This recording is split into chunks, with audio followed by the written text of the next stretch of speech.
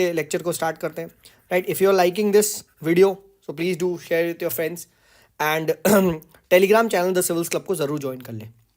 चलिए, तो let's begin with number first is the 4 factors of production. तो 4 factors of production क्या क्या होते हैं? ठीक है, LLCE, land, labour, capital and entrepreneurship.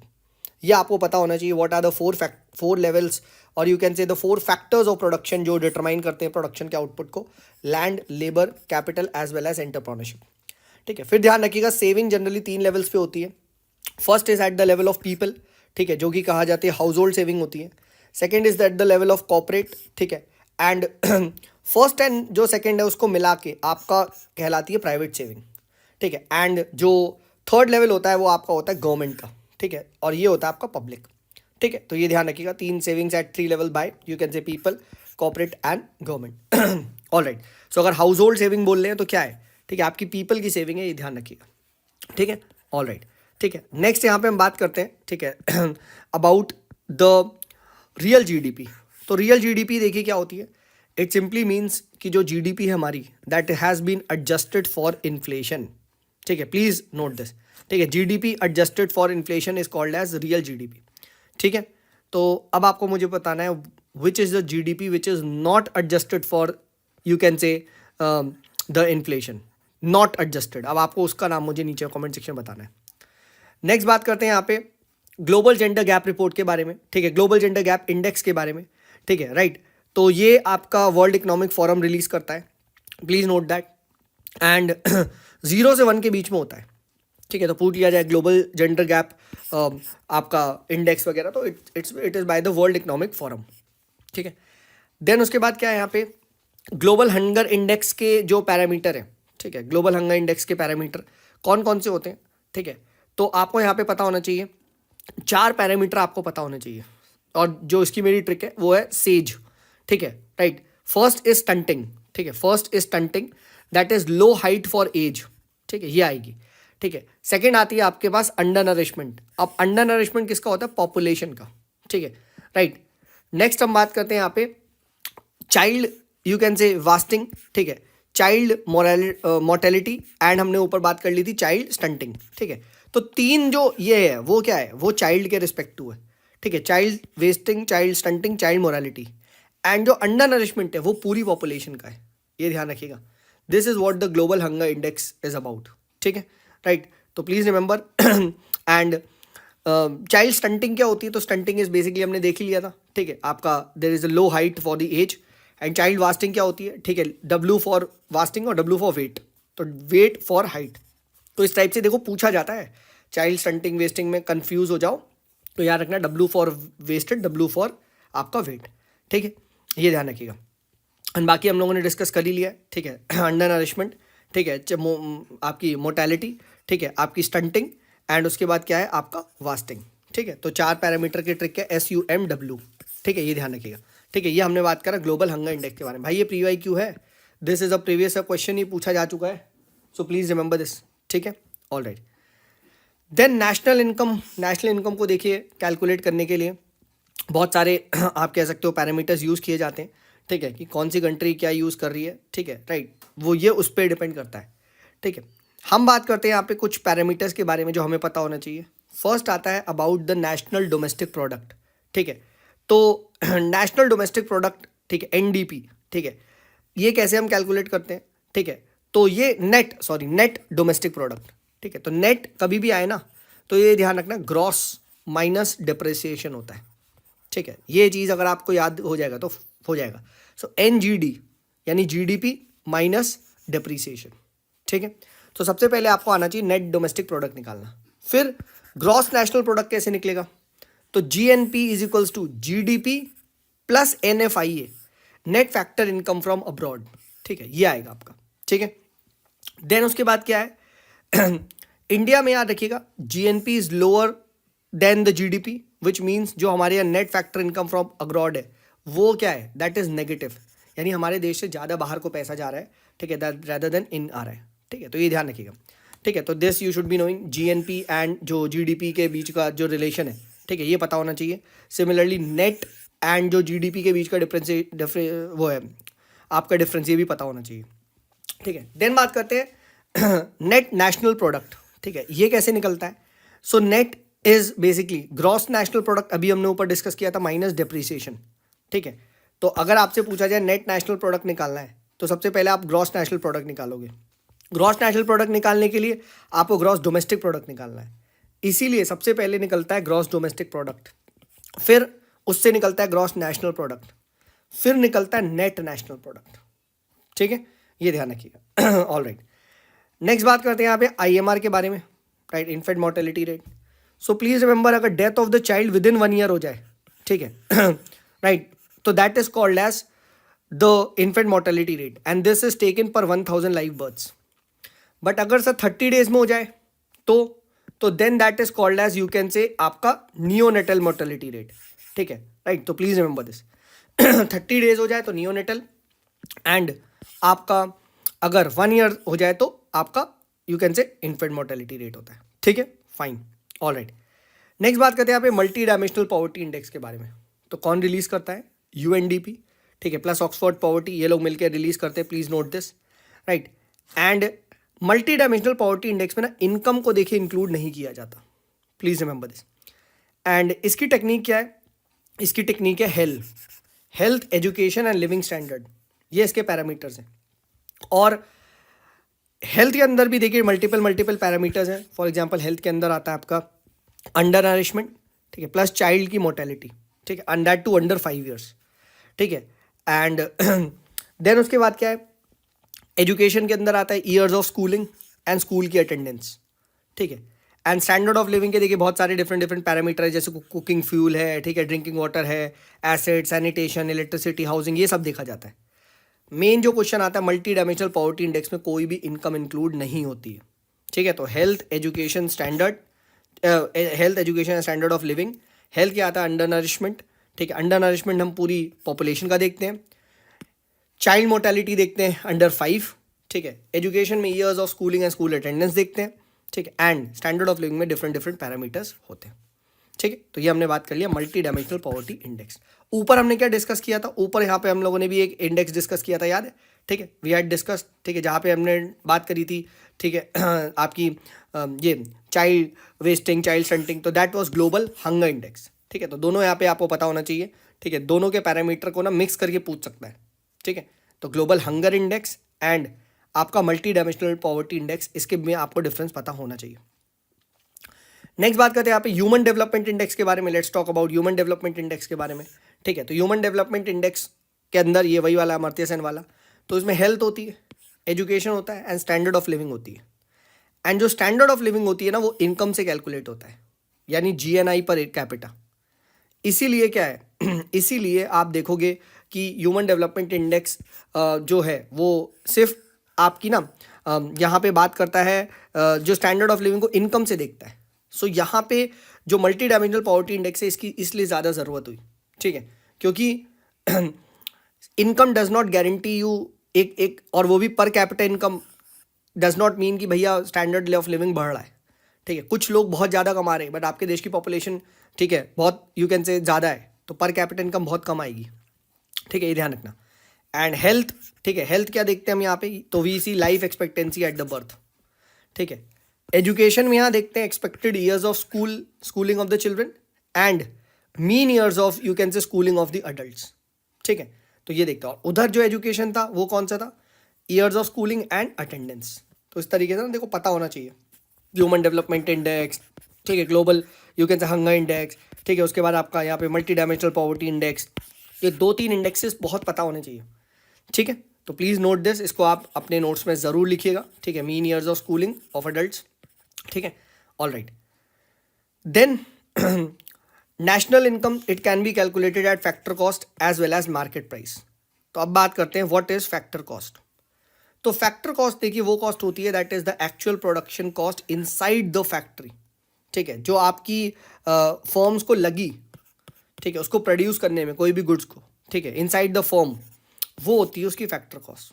ठीक है, अब यहाँ पे आप देखोगे लैंड, लेबर, कैपिटल, एनर्जी, है ना, वो सब आपकी लग रही है। ठीक है, and this is inside the factory, अभी इनसाइड द फैक्ट्री है। ठीक है, अब हम बात करते हैं मार्केट प्राइस में क्या होता है। ठीक है, अब हम बात करते हैं मार्केट प्राइस में क्या होता है. सो अच्छा, एक चीज़ याद रखिएगा, जो हमारी नेशनल इनकम होती है ना, that is calculated is net national product at factor cost. ठीक है, राइट. जीडीपी हम मार्केट प्राइस पे कैलकुलेट करते हैं, बट जो नेशनल इनकम हम कैलकुलेट करते हैं it is net national product at you can से फैक्टर कॉस्ट. ठीक है. अच्छा, देन मार्केट प्राइस में अब क्या होता है कि भैया फैक्ट्री कॉस्ट तो लग गई, अब क्या है, बहुत सारे उस पर ना टैक्सेस लगे होंगे, राइट. भाई सरकार ने लेटर से लैंड दिया तो लैंड का कुछ टैक्स वैक्स उसने दिया होगा, ये वो. ठीक है, वन टाइम कुछ लगी होगी उस पर ड्यूटी वूटी, प्लस सरकार ने बहुत सारी सब्सिडी भी तो दी होगी, तो उसे भी अगर हम माइनस उस टैक्सेस को जोड़ें, उस सब्सिडीज को माइनस करें, तब ये प्रोडक्ट मार्केट में उतरता है. ठीक है, तो this is what is called as market price. ठीक है, फैक्ट्री के अंदर जो भी प्रोडक्शन हुआ, प्लस बाहर उस पर बहुत सारे टैक्सेस लगे होंगे, प्लस सब्सिडीज माइनस करनी पड़ेगी जो आपको क्या मिला, जो आपको सरकार की तरफ से गवर्नमेंट ने कुछ सब्सिडी वगैरह दिया तो माइनस करनी पड़ेगी. ठीक है, तो इसीलिए क्या है, आप देखो मार्केट प्राइस में क्या होता है, टैक्सेस जुड़ते हैं, सब्सिडीज घटती है. ठीक है, और फैक्टर कॉस्ट में क्या है, अगर आप यहाँ पे देखोगे, factor cost means inside the factory, अभी कोई टैक्स फैक्स कुछ नहीं लगा है. ठीक है.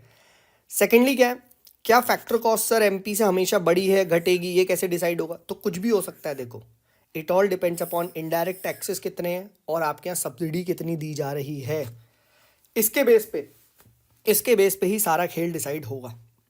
ठीक है, राइट. अच्छा, लास्ट यहाँ पे एक छोटा सा और कॉन्सेप्ट डिस्कस करते हैं कि कांस्टेंट प्राइस क्या होता है. ठीक है, तो आपने काफ़ी बार सुना होगा जीडीपी एट कांस्टेंट प्राइस. ठीक है, तो GDP at constant price basically मतलब होता है कि हम एक बेस ईयर लेके ना देन जीडीपी को कैलकुलेट करते हैं. ठीक है, कि भैया यहाँ पे जीडीपी होती क्या है भैया, the cost of you can say the total cost of production, या you can say the total value of goods and service in a particular year. तो जो आपने प्रोड्यूस किया नंबर इनटू जो उसका प्राइस रहा होगा बेस ईयर में, अगर उसको आप मल्टीप्लाई कर दो तो आपकी जीडीपी आ गई कांस्टेंट प्राइस पे, क्योंकि हम बेस ईयर लेके चल रहे, एक पर्टिकुलर ईयर फिक्स कर लिया है हमने. अब यहाँ थे लेटर से 10 पेन वो हुए.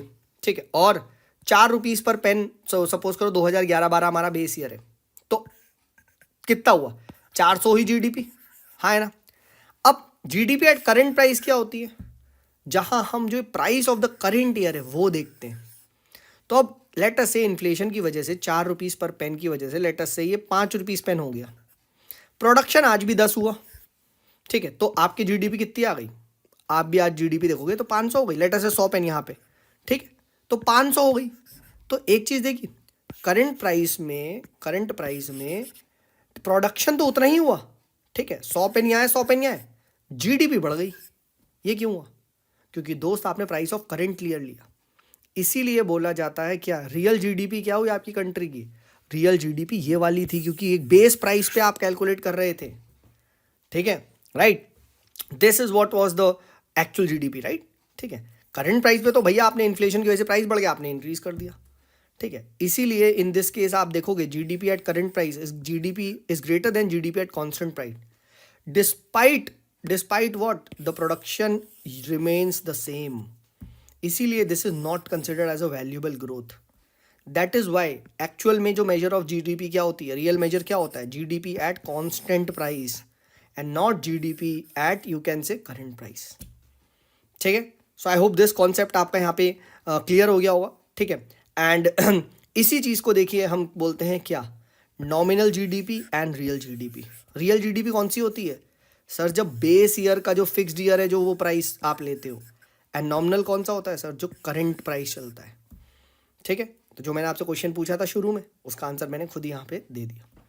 सो I hope this video was helpful. ठीक है, राइट. प्लीज़ लाइक करें, शेयर करें, ताकि मुझे मोटिवेट करे कि यस मुझे ऐसी वीडियोज़ और बनानी चाहिए. एंड अगर आपको मुझसे पर्सनलाइज मेंटरशिप चाहिए, so I am providing at you can say www.civilsclub.in. बहुत अच्छे से प्रीलिम्स की तैयारी करवा रहा हूँ. ठीक है, you are most welcome to join me. ठीक है, आई अश्योर यू, ठीक है, you will benefit a lot. चलिए, this is me Sumit signing off. Bye bye. Hey, hi everyone, my name is Sumit and I welcome you all to the Civils Club. So ये देखिए हमारा daily revision है static का, जहाँ पे हम लोग प्रीलिम्स 2024 के लिए कॉम्प्रिहेंसिवली कवर कर रहे हैं, राइट.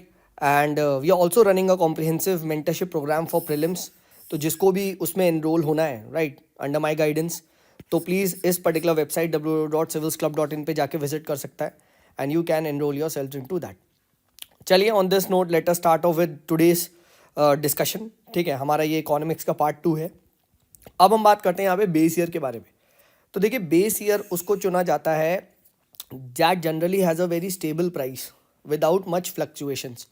ठीक है, एंड दूसरा रिमेंबर बेस ईयर जब भी हम चूज़ करते हैं फॉर कैलकुलेशन ऑफ जीडीपी, वो कोशिश ये भी की जाती है कि अभी रिसेंट का हो.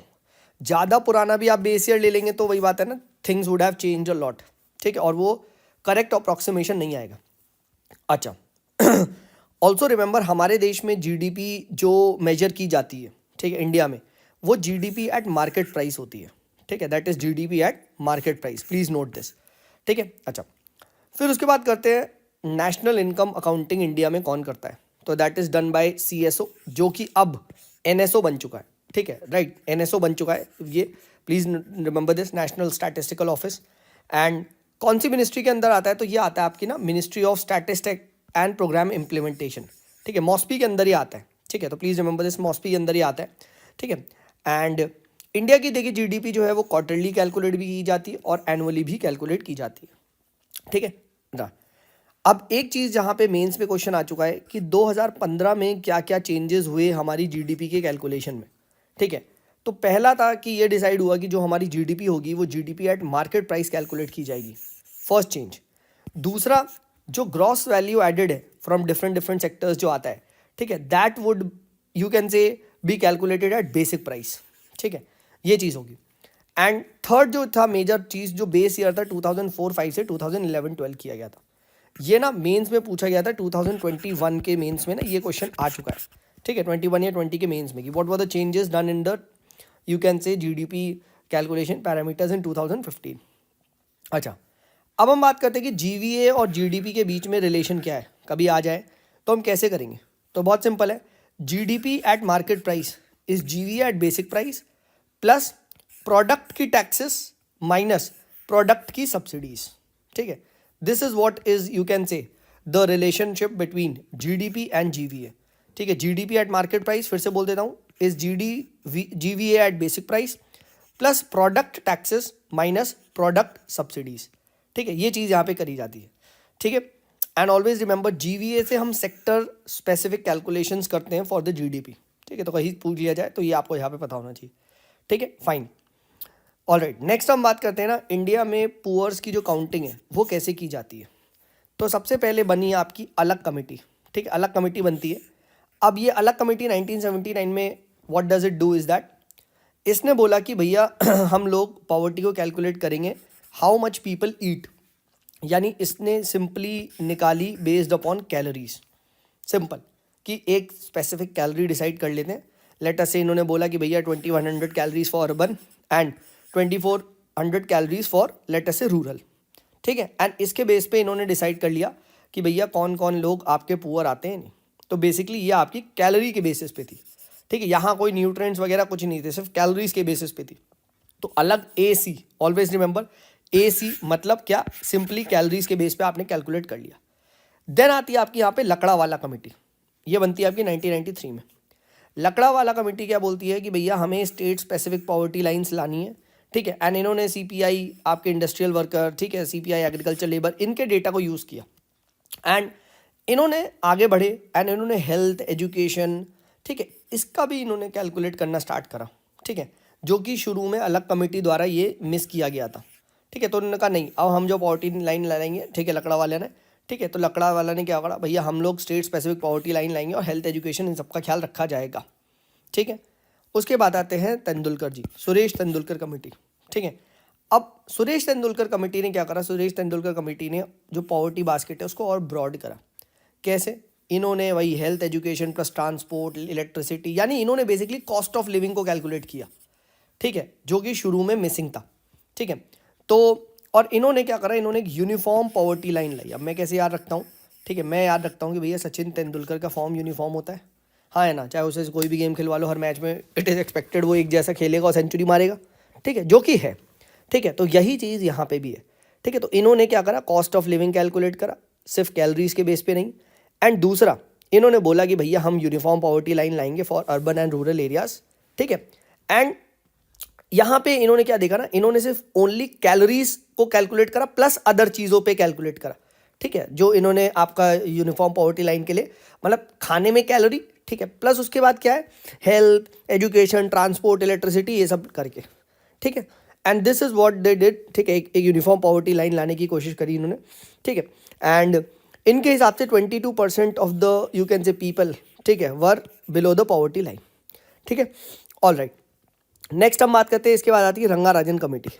अब रंगाराजन जब कमेटी आती है, ठीक है, तो रंगाराजन कमेटी ने फिर से क्या करती है, it separates the basket for rural and urban areas, ठीक है, and it again dealing the urban and rural poverty lines, ठीक है, राइट। एंड इन्होंने क्या करा, इन्होंने न्यूट्रिएंट्स वगैरह भी ऐड करे कि भैया सिर्फ कैलोरी ही नहीं, प्रोटीन, फैट, ये भी देखना है। और इनके हिसाब से 29% of the people were under the below poverty line, ठीक है। एक 2016 में अरविंद पनेगरिया टास्क फोर्स भी बनी, ठीक है, एंड बट उसकी रिपोर्ट अभी पब्लिक नहीं है, ठीक है। अब आपको मुझे नीचे कमेंट सेक्शन में बताना है, अरविंद पनेगरिया, ठीक है, अभी किसी चीज़ के चेयरमैन बने, बहुत फेमस, ठीक है, राइट, किसके वो चेयरमैन बने, ठीक है, मुझे आपको बताना है, ठीक है, राइट। तो 4 है, प्लीज़ रिमेंबर, इसकी ट्रिक क्या है, ALTR। ALTR क्या होता है, बहुत सिंपल है, सबसे पहले अलग कमेटी आती है, फिर आती है आपकी लकड़ा वाला कमेटी, फिर आती है तेंदुलकर, और फिर आती है रंगाराजन, ठीक है। तो ये 4 कमेटी है, प्लीज़ रिमेंबर सबने क्या क्या बोला, कैसे बोला, ठीक है। एक ने सबसे पहले कैलोरीज पे बात करी, ठीक है, लकड़ा वाला ने आपकी स्टेट स्पेसिफिक पॉवर्टी लाइंस की बात करी, हेल्थ एजुकेशन की बात करी, सचिन तेंदुलकर कमेटी, सुरेश तेंदुलकर कमेटी ने यूनिफॉर्मिटी की बात करी, इन्होंने कॉस्ट ऑफ लिविंग की बात करी, ठीक है। एंड फाइनली रंगाराजन ने बोला नहीं, दोबारा सेपरेट पे आओ, ठीक है। एंड उसके बाद इन्होंने थोड़ा सा कैलोरी वगैरह के साथ प्रोटीन, फैट और ये सब भी डाल दिया, न्यूट्रिएंट्स वगैरह सब डाल के बढ़िया इन्होंने बात करी, ठीक है। ऑल राइट, नेक्स्ट हम बात करते हैं ना थोड़ा प्लानिंग के बारे में। तो देखिए, प्लानिंग यहाँ पे ना 2 टाइप से डिवाइड होती है, एक होती है इम्पेरेटिव प्लानिंग, एक होती है इंडिकेटिव। अब इम्पेरेटिव बेसिकली क्या होता है ना, द वर्ड इम्पेरेटिव का मतलब होता है कंपल्सरी। कंपल्सरी मतलब स्टेट विल कंट्रोल, ठीक है, स्टेट तुमको प्लान्स देगा, और ये generally socialist and communist countries में फॉलो किया जाता है, ठीक है, राइट। तो सोशलिस्ट कंट्रीज, कम्युनिस्ट कंट्रीज, वहाँ पे आपको ना इम्पेरेटिव प्लानिंग दिखाई देगी, कंपल्शन है, ठीक है, ये ध्यान रखना। अच्छा, सोशलिस्ट एंड कम्युनिस्ट में अंतर क्या है, सोशलिस्ट प्लानिंग में क्या होता है ना, सोशलिस्ट प्लानिंग में भी all the economic decisions are centralised, communist में भी all the decisions are centralised, but जो लेबर होता है ना सोशलिस्ट में, ठीक है, वो क्या होता है, ठीक है, वो फ्री होता है, ठीक है, सोशलिस्ट में, ये ध्यान रखना। कम्युनिस्ट में ये भी कंट्रोल आपका स्टेट करता है, ठीक है। अच्छा, फिर हमने बात कर ली कम्युनिस्ट में आपका क्या होता है, लेबर भी कंट्रोल होता है, ये हमने बात कर लिया था। अच्छा, फिर उसके बाद क्या है यहाँ पे, दैट कैरेक्टरिस्टिक्स क्या है इम्पेरेटिव प्लानिंग की, वही बात है, स्टेट विल कंट्रोल एवरीथिंग, सारा कुछ स्टेट डिसाइड करेगा क्या प्रोड्यूस करना है, कैसे प्रोड्यूस करना है, ठीक है, ये सब चीज़ें।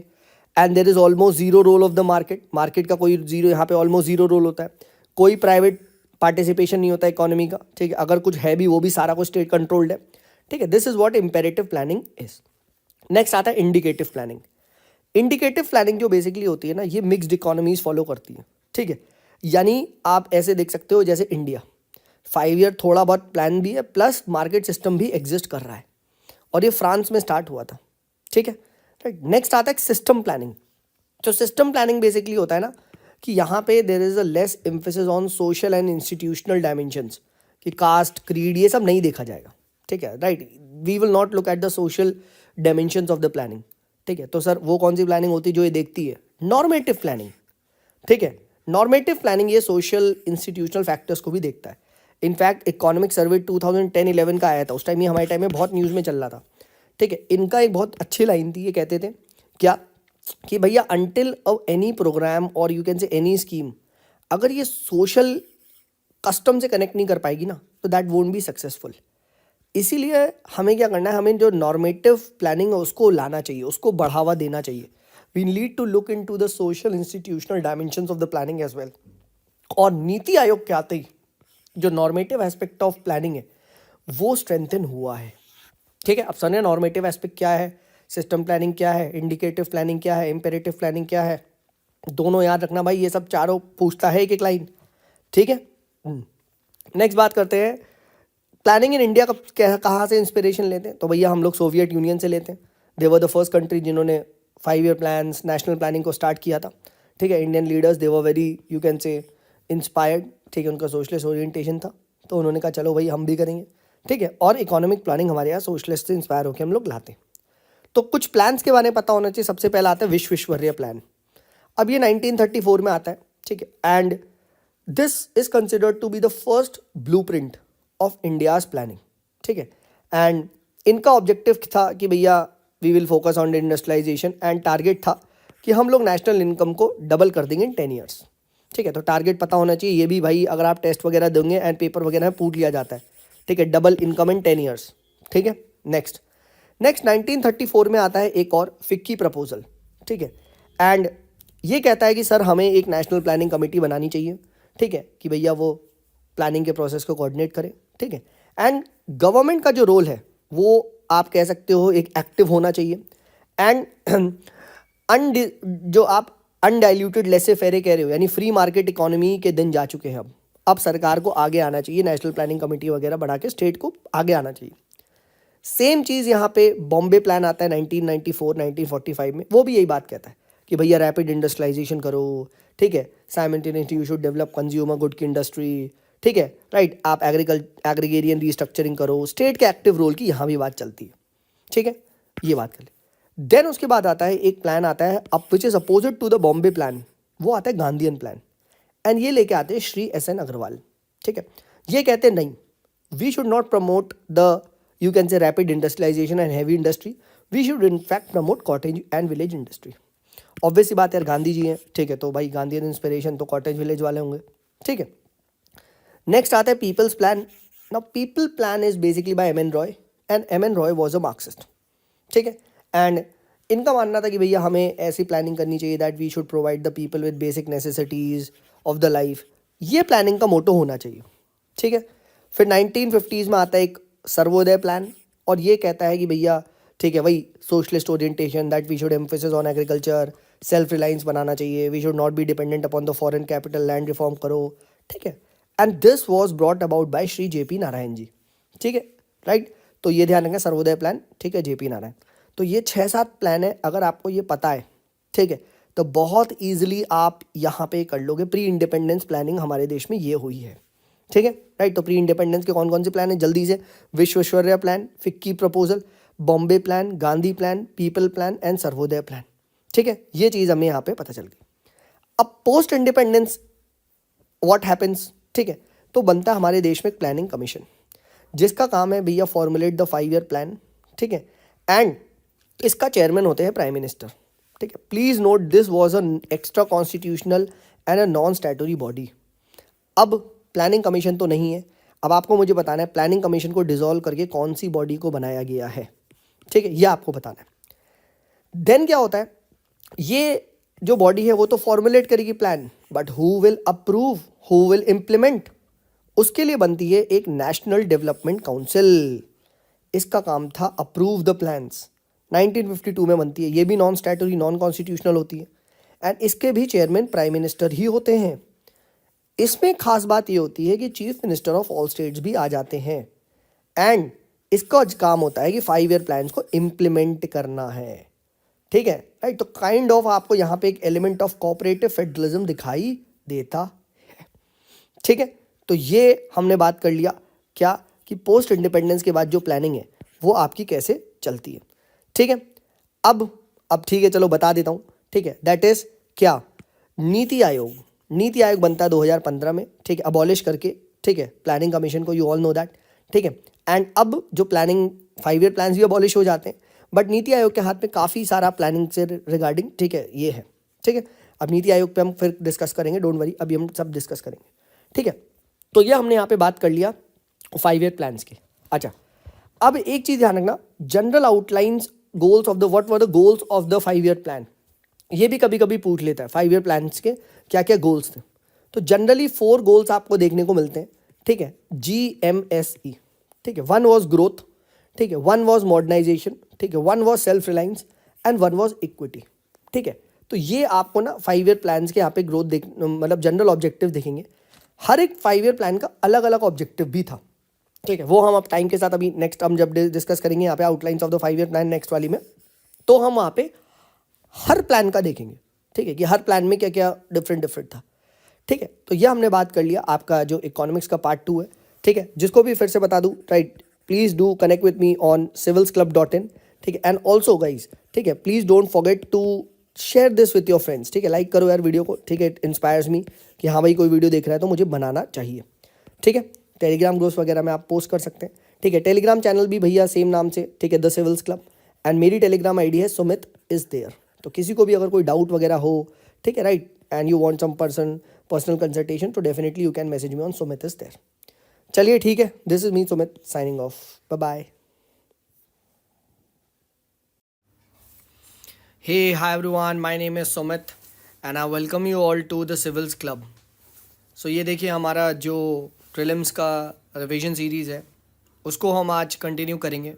एंड नेक्स्ट देखिए हम यहाँ पे बात करेंगे about the 5 year plans, right, 5 year plans, and उसका देखिए एक आउटलाइन के बारे में हम बात करेंगे। काफ़ी बार देखिए यूपीएससी इस टाइप का क्वेश्चन पूछते रहती है टाइम एंड अगेन। ठीक है, जहाँ पे एक 5 ईयर प्लान का कुछ बीच में से दे लास्ट की होगी ये कौन से 5 ईयर का पार्ट है।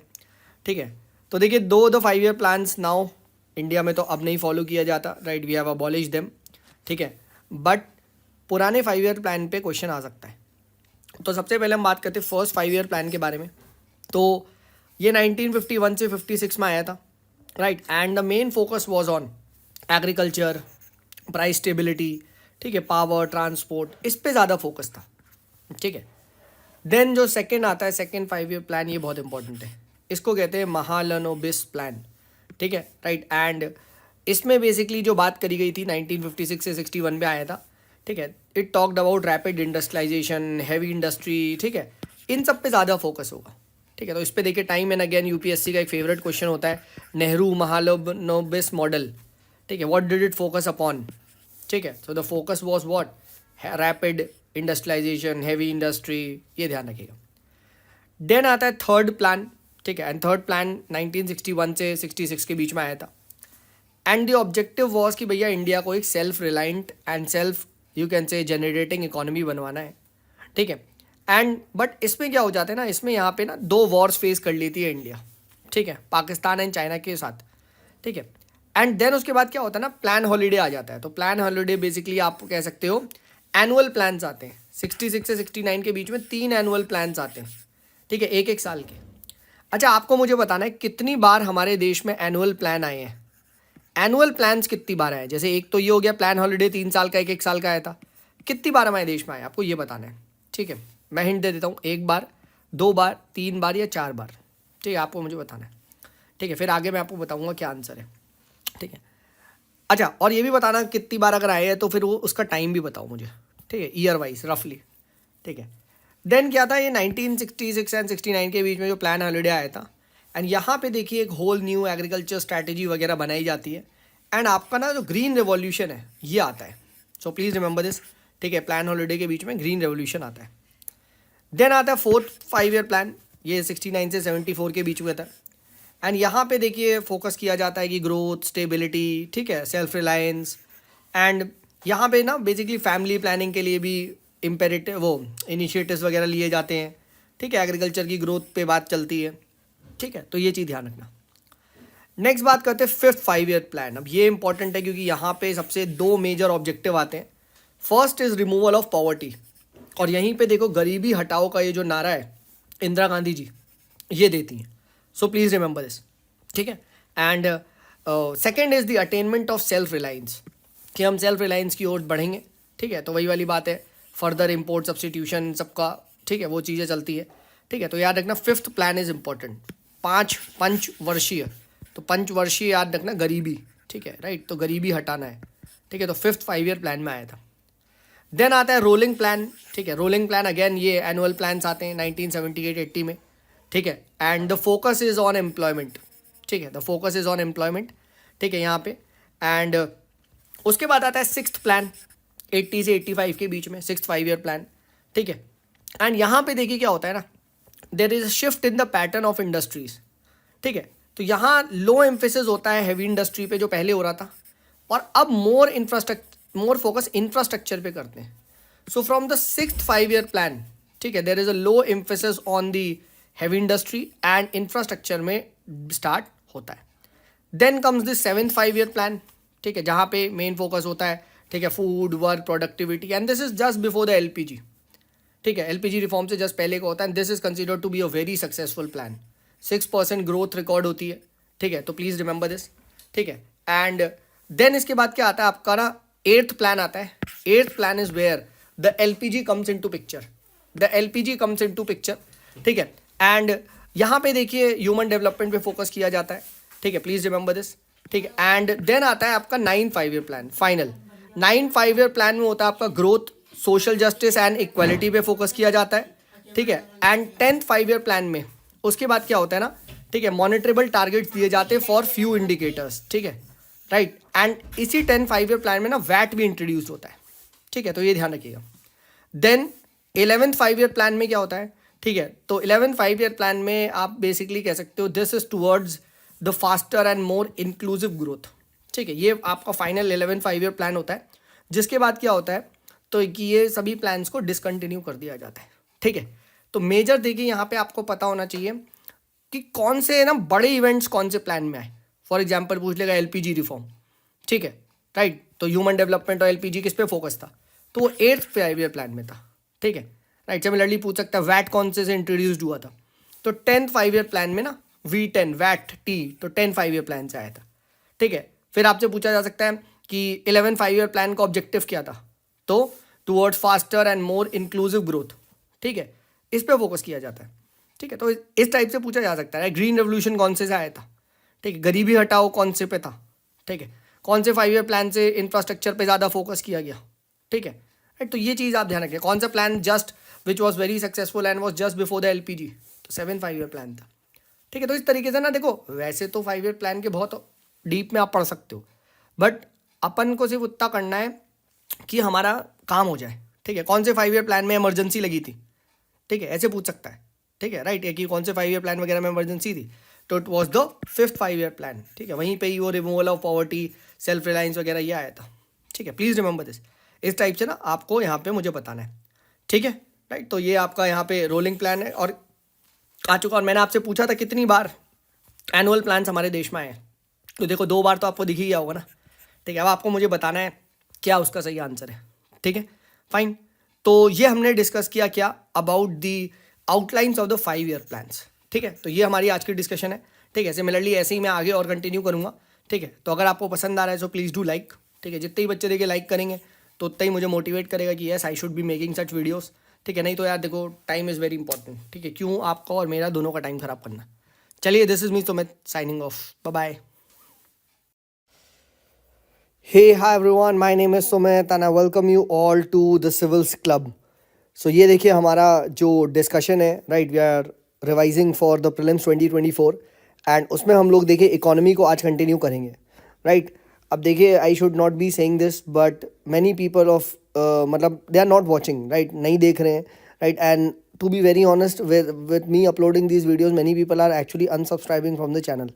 भाई let me be very honest with you and very clear with you. भाई इसके अलावा ना एग्ज़ाम नहीं निकलेगा, ठीक. If you are not working hard, ठीक है. अब I cannot make such type of videos की प्रिडिक्ट द पेपर, राइट, कौन सा क्वेश्चन आएगा क्या आएगा. भाई ये मैं मेथडोलॉजी फॉलो ही नहीं करता ना, ठीक है, right. You have involve so much of your time, कैसे मैं आपका जो करियर है वो पूरा रिस्क पे डाल दूँ. इट्स बेटर हम पूरा पढ़े, अच्छे से पढ़े, right, so that we become confident in exam. ऐसे ही मैंने भी प्री निकाला है, पिछले साल भी यही करा था, ठीक है, उससे पहले भी यही करा था और हर साल प्री निकलता है और हर साल और स्टूडेंट्स का निकलता है. तो प्लीज़ आपसे रिक्वेस्ट है यार, do watch the videos, else कोई फ़ायदा ही नहीं. और दूसरा, लोग देखते तो लाइक नहीं करते, तो मुझे पता नहीं चलता कि कितने बच्चे हाँ यार डेली देख रहे. नहीं तो मैं क्यों इतना नोट्स वोट्स बनवा के ये सब कर रहा हूँ यार. इट्स बेटर ना करो, छोड़ो यार अपना. मैं तो क्लासेस ले ही रहा हूँ ना, ठीक है. जिसको लेना है, अच्छे से पढ़ना है, वो एनरोल होगा, ठीक है. तो मैं तो चाहता हूँ कि भाई स्टूडेंट्स का निकले, यहाँ एक है तो बस, ठीक है. तो आपसे रिक्वेस्ट है यार, share the videos, like the videos. पसंद आ रहा है तो बस और क्या ही करना है, ठीक है. एंड डू वॉच यार, कोई फर्जीवाड़ी ये सब नहीं है, ठीक है. बहुत ऑनेस्टली और बहुत सिंसियरली मैं एफर्ट्स दे रहा हूँ, ठीक है. चलिए, on this note let us start off with the discussion. सबसे पहले हम बात करते हैं ना price elasticity of the demand. Price elasticity of the demand क्या होता है. अब ये कुछ नहीं होता, this is nothing but the change in demand due to change in its price, ठीक है. जब भी याद रखना इलास्टिसिटी वर्ड आ जाए तो कुछ चेंज की बात कर रहा होगा, ठीक है, कुछ चेंज की बात कर रहा होगा, ठीक है, तो change in the demand due to change in its price. अब सिमिलरली आ गया इनकम इलास्टिसिटी, तो यानी इनकम के क्या हो रहा होगा, ठीक है, इनकम के यहाँ पे कुछ इलास्टिसिटी, अगेन कुछ चेंज की बात कर रहा होगा, ठीक है, तो this is what, this is basically change in income, so change in the demand due to change in the consumer purchasing power, यानी उनकी इनकम, सिंपल एज दैट, ठीक है। तो इनकम इलास्टिसिटी और आपका क्या बोलते हैं, ठीक है, प्राइस इलास्टिसिटी, आई होप आपको समझ में आ गया, change in price due to change in its demand, ठीक है, राइट, या फिर आप ऐसे कह सकते हो change in its demand due to change in its price, and same way income elasticity, change in the demand, ठीक है, due to you can say change in the consumers purchasing power, ठीक है, इसी को ही हम इनकम कह सकते हैं, ठीक है। तो ये दो चीज़ ध्यान रखिएगा, वेरी इंपॉर्टेंट। नेक्स्ट बात करते हैं ओपन मार्केट ऑपरेशन के बारे में। So please remember this does not have any effect on the you can say market interest rate, ठीक है, when during the liquidity trap. अब लिक्विडिटी ट्रैप में क्या होता है ना, ठीक है, इसमें people prefer to hold more cash, तो जब लोगों के पास कैश ज़्यादा है, पीपल आर सेविंग मोर, ठीक है, राइट, पीपल आर, आप देख सकते हो, ठीक है, मतलब they are not basically they are like कि भैया अभी और प्राइस गिरेंगे मार्केट में, तो hold on, right, we should be holding on to the cash. तो ये बहुत डेंजरस सिचुएशन है, ठीक है, तो प्लीज रिमेंबर लिक्विडिटी ट्रैप में, ठीक है, right, there is no effect on the market interest rate by the you can say open market operation, यानी मॉनेटरी पॉलिसी क्या हो जाती है, इनइफेक्टिव हो जाती है, ठीक है, इट बिकम्स इनइफेक्टिव, ठीक है, तो प्लीज रिमेंबर दिस। नेक्स्ट बात करते हैं यहाँ पे जीडीपी एट मार्केट प्राइस क्या होता है, GDP at factor cost plus taxes minus subsidy, and please note जो जीडीपी का बेस ईयर है वो 2011-12 है, ये मैंने लास्ट पर्टिकुलर वीडियो में भी बात करी थी, ठीक है, ऑल राइट। नेक्स्ट बात करते हैं यहाँ पे इनकम टैक्स एक्ट के बारे में। तो प्लीज रिमेंबर क्या कि जो इनकम टैक्स एक्ट है 1961 का, it specifies the depreciation rate for the various asset, कि कितना एसेट कब किस रेट से डिक्लाइन हो रहा है, डेप्रिशिएट हो रहा है, ये सब कहाँ लिखा है, all this is written in the income tax act of 1961, ठीक है। अब आपको मुझे बताना है क्या सर हमारे देश में जो मिनिमम ऑल्टरनेट टैक्स होता है, मिनिमम ऑल्टरनेट टैक्स मैट जिसको हम बोलते हैं, ठीक है, राइट, तो क्या ये इसके लिए कोई अलग सा एक्ट है या ये भी इस पर्टिकुलर एक्ट से ही लगता है, ठीक है, आपको मुझे ये बताना, ठीक है। नेक्स्ट बात करते हैं जीडीपी डिफ्लेटर क्या होता है। तो जीडीपी डिफ्लेटर याद रखना N/R, यानी nominal GDP upon real GDP, ठीक है, and this GDP deflator is calculated quarterly basis wise, ठीक है, and this is one of the very comprehensive measures of inflation, तो ये चीज़ यहाँ पे ध्यान रखना, ठीक। अब आपको मुझे बताना है क्या जीडीपी डिफ्लेटर में इंपोर्टेड गुड्स की वैल्यू हम कैलकुलेट करते हैं, वाइल कैलकुलेटेड दिस, क्या हम इंपोर्टेड गुड्स की वैल्यू कैलकुलेट करते हैं, ठीक है, आपको मुझे बताना है, ठीक है, all right. Then GDP and GVA के बारे में ध्यान रखिएगा क्या कि both do not measure the value of intermediatory goods, जो इंटरमीडिएरी गुड्स होते हैं ना, ठीक है, उनकी दोनों ही वैल्यू मेजर नहीं की जाती है while calculating GDP and GVA. ये चीज़ ध्यान रखिएगा, ये कॉन्सेप्चुअली बच्चे ना गलत कर देते हैं, वो सोचते हैं जीवीए में हम इंटरमीडिएरी जो गुड्स हैं उनको काउंट करेंगे, नहीं, प्लीज़ नोट, ठीक है, ऑल राइट।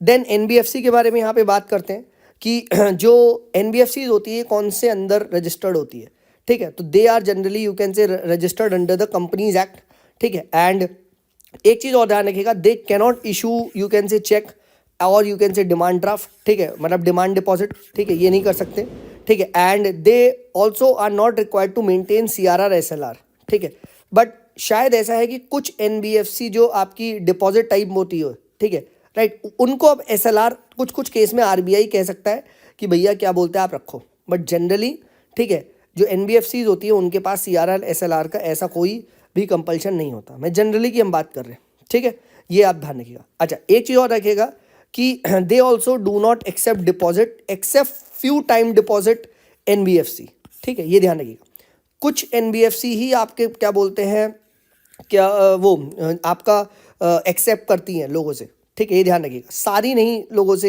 एक्सेप्ट करती है, ठीक है, एंड जो भी ये एक्सेप्ट करती है वो किस फॉर्म में होता है आपका, ठीक है, टाइम डिपॉजिट के फॉर्म में, ठीक है, तो ये चीज़ ध्यान रखिएगा। देन जो DIGC की फैसिलिटी है यानी इंश्योरेंस ऑफ द डिपॉजिट, ठीक है, क्या इनके पास होता है, नो, इनके पास कोई भी यू कैन से डिपॉजिट का इंश्योरेंस नहीं होता है, ठीक है, तो ये चीज़ ध्यान रखिएगा, this is very very important, ठीक है, एनबीएफसी और बैंकिंग में ना, ठीक है, ये डिफरेंस होता है, ठीक है। Also do they require banking licence, नहीं, इनको बैंकिंग लाइसेंस की ज़रूरत नहीं है, ठीक है, they are registered under the companies act, ठीक है, ये ध्यान रखिएगा। ठीक है, ये चीज़ मैंने आपको बता दिया, ठीक है, एंड बस यही है, ठीक है, can not issue cheques demand के पास, ठीक है, ठीक है। नेक्स्ट बात करते हैं हम यहाँ पे आरबीआई के बारे में, ठीक है। तो रिमेंबर आरबीआई जब इनिशियली बना था तो यहाँ पे एक प्राइवेट शेयर होल्डिंग होती थी, ठीक है। हिल्टन यंग कमीशन की report is associated with RBI का फॉर्मेशन, ठीक है। एंड देन क्या हुआ, 1949 में it got nationalised and this was the first bank to be nationalised. ये चीज़ यहाँ पे ध्यान रखिएगा, ठीक है, right. And then it stopped accepting the deposits directly from the public, ठीक है। तो आज आरबीआई डायरेक्टली पब्लिक से डिपॉजिट नहीं, यू कैन से एक्सेप्ट करता है, ठीक है, याद रखिएगा। ऑल राइट, नेक्स्ट बात करते हैं minting of the coins and printing of 1 रुपी के, यू कैन से नोट किसकी रिस्पॉन्सिबिलिटी है, ये गवर्नमेंट ऑफ इंडिया की है, नॉट आरबीआई। बहुत सारे बच्चे गलत लगा देते हैं, ठीक है, नहीं, notes of 1 rupee and coins, ठीक है, ये आपकी सरकार करती है, ठीक है। देन मॉनेटरी पॉलिसी कमेटी कौन से एक्ट के अंदर बनती है, आरबीआई एक्ट के अंदर, ठीक है, राइट। एंड प्लीज नोट, जो चेयरपर्सन होता है इसका गवर्नर ऑफ द आरबीआई होता है, ठीक है। इट डिटरमाइंस रेपो रेट, ये हमको पता है। It has to meet 4 times in a year, ठीक है। कोरम के लिए मिनिमम 4 है, 4 पीपल, 6 लोगों की होती है, प्लीज नोट। डिसीजन कैसा होता है, it is decided by majority, ठीक है, ये ध्यान रखना, ठीक है, राइट। एंड आरबीआई के 3 मेंबर बैठते हैं, 3 मेंबर गवर्नमेंट के बैठते हैं, ठीक है, प्लीज रिपीट, ये चीज़ ध्यान रखिएगा, ठीक है। एंड जो आरबीआई, जो गवर्नमेंट के मेंबर्स होते हैं, दे आर नॉट रीअपॉइंटेड, ठीक है, ये ध्यान रखिएगा। एंड आरबीआई के 3 कौन होते हैं, गवर्नर, डेप्यूटी गवर्नर और एक आरबीआई का जो सेंट्रल बोर्ड नॉमिनेट करता है, तो ये चीज़ ध्यान रखिएगा। अब आपको मुझे बताना है यहाँ पे कि कौन से पर्टिकुलर स्पेशल सेक्शन कौन सा है जो मॉनेटरी पॉलिसी की बात करता है आरबीआई एक्ट का, ठीक है, राइट, आपको मुझे बताना है, ठीक है, राइट, ऑल राइट, ठीक है। अच्छा, एक और क्वेश्चन, क्या गवर्नर के पास यहाँ वीटो होता है, क्या गवर्नर के पास इसमें वीटो होता है मॉनेटरी पॉलिसी कमेटी में, आपको ये भी मुझे बताना है, ठीक है, all right. Then special data dissemination standards किसके, ये आईएमएफ के हैं, ठीक है, right. And this is for the, you can say, member country for providing economic and financial data to the public industry, ठीक है। इंडिया इसका मेंबर है, yes, India is properly a member of this, ठीक है। And एक इनका ना plus programme भी है, ठीक है, राइट, तो SDDS प्लस, ठीक है। And this is open to all the, you can say, SDDS subscriber, ठीक है, यहाँ पे स्पेशल डेटा डिसमिनेशन स्टैंडर्ड, ठीक है, ये ध्यान रखना।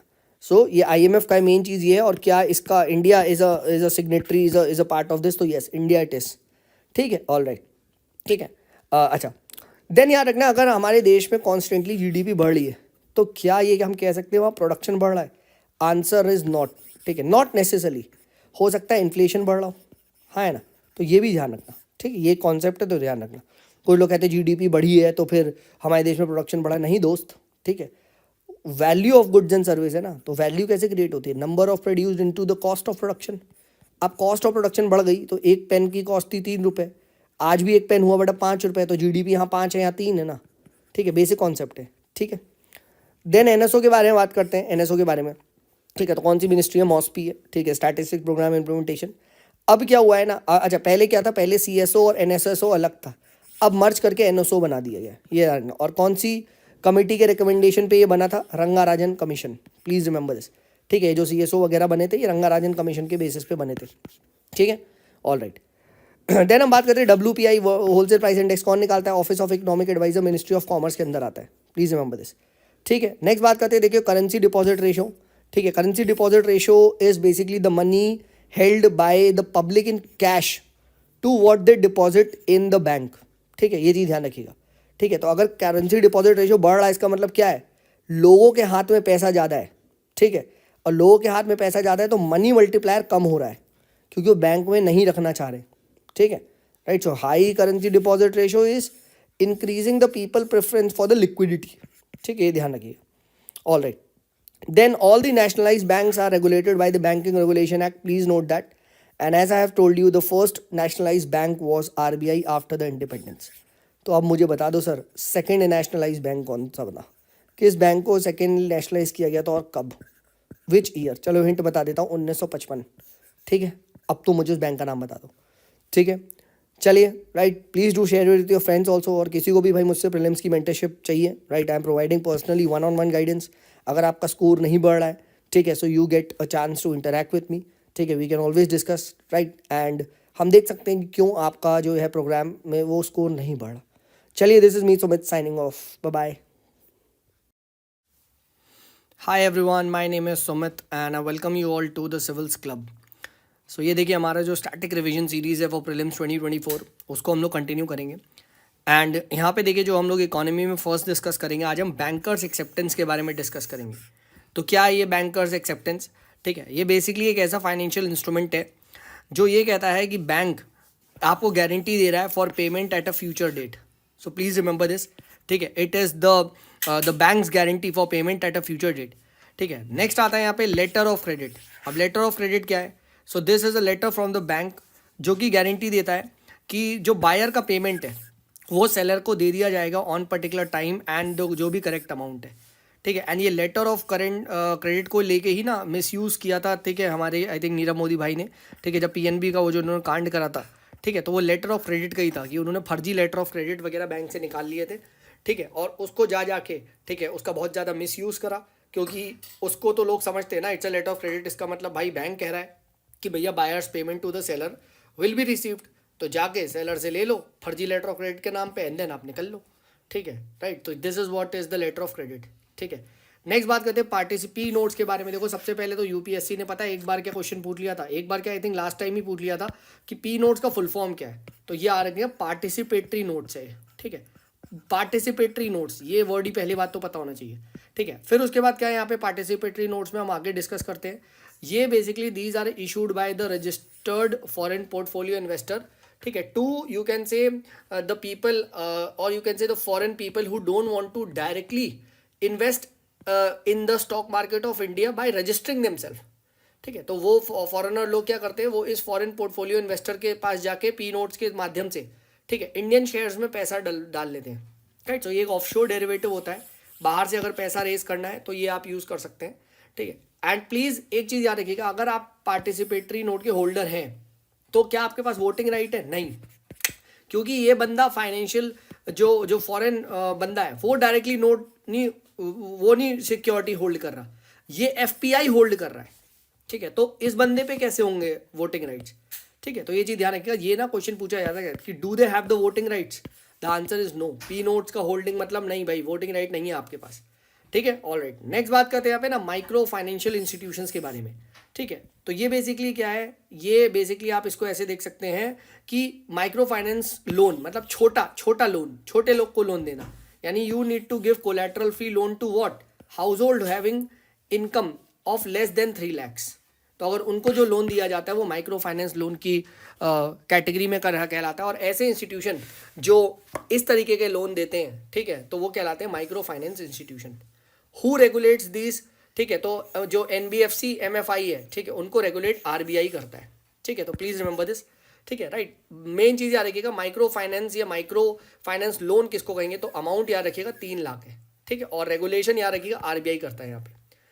ऑल राइट, नेक्स्ट बात करते हैं सेबी के बारे में. तो SEBI you all know is the statutory body जो हमारी स्टॉक एक्सचेंज वगैरह को रेगुलेट करता है. ठीक है, plus please also note and remember that जो सेल्फ रेगुलेटरी एक्सचेंजेस होते हैं, ठीक है, इनको भी ये रेगुलेट करता है. ठीक है, ऑल्सो जो वेंचर कैपिटलिस्ट फंड्स हो गए, ठीक है, कलेक्टिव इन्वेस्टमेंट स्कीम्स हो गई, ठीक है, इसका भी रेगुलेशन मेरे भाई कौन करता है? It is done by SEBI. ठीक है, तो कभी कभी हो जाए कि कलेक्टिव इन्वेस्टमेंट स्कीम कौन रेगुलेट कर रहा है, ठीक है, वेंचर कैपिटलिस्ट फंड, तो वो सब कौन है? सेबी करता है. ठीक है, नेक्स्ट बात करते हैं यहाँ पे राइट्स इशू के बारे में. तो राइट्स क्या होते हैं? तो राइट्स बेसिकली आप ऐसे कह सकते हो, it's an invitation to the existing shareholders कि आओ, ठीक है, और हम एक कंपनी न्यू और एडिशनल सिक्योरिटीज दे रही है, शेयर दे रही है, तो आगे खरीद लो. ठीक है, तो दिस इज द राइट. ठीक है, कि ऑलरेडी आप हमारे शेयर होल्डर हो, अब हम ना और मार्केट में शेयर ला रहे हैं, तो हम पहले आपसे पूछ रहे हैं because you are an existing shareholder, इसलिए हम आपको राइट दे रहे हैं, आप खरीद लो. ठीक है, so invitation to the existing shareholders to purchase additional new shares in the company, ये ध्यान रखिएगा. फिर उसके बाद आता है क्वालिफाइड इंस्टीट्यूशनल प्लेसमेंट. क्या होता है? QIPs. तो ये बेसिकली क्या होता है ना, जितनी भी नॉन रजिस्टर्ड कंपनी है, नॉन रजिस्टर्ड नहीं, नॉन लिस्टेड कंपनी, ठीक है, एंड उनको अगर पैसा रेज करना है but without going into the share market या without going into the public, तो क्या करें? तो ये एक माध्यम है.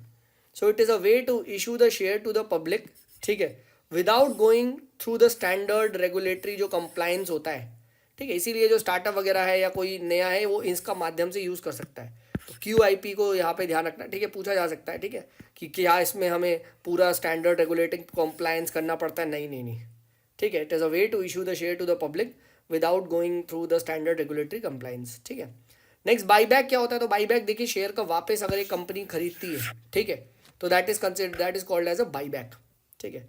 देन नेक्स्ट बात करते हैं वेरिएबल रिवर्स रेपो रेट क्या होता है, ठीक है। तो ये बेसिकली एक मेथड है जिससे RBI क्या करता है, ठीक है, जितनी भी एक्सेसिव लिक्विडिटी है उसको ऑब्जॉर्व कर लेता है, ठीक है। तो क्या हो जाता है, लिक्विडिटी कम हो जाती है, ठीक है, इसके माध्यम से, ठीक है, राइट, ये चीज़ आ रही है। देन अनऑर्गेनाइज मनी मार्केट के अंदर कौन कौन चीज़ आती है? तो यार चिट फंड और निधि कंपनी, ठीक है, राइट, ये आपका ना अनऑर्गेनाइज मनी मार्केट का ही पार्ट है।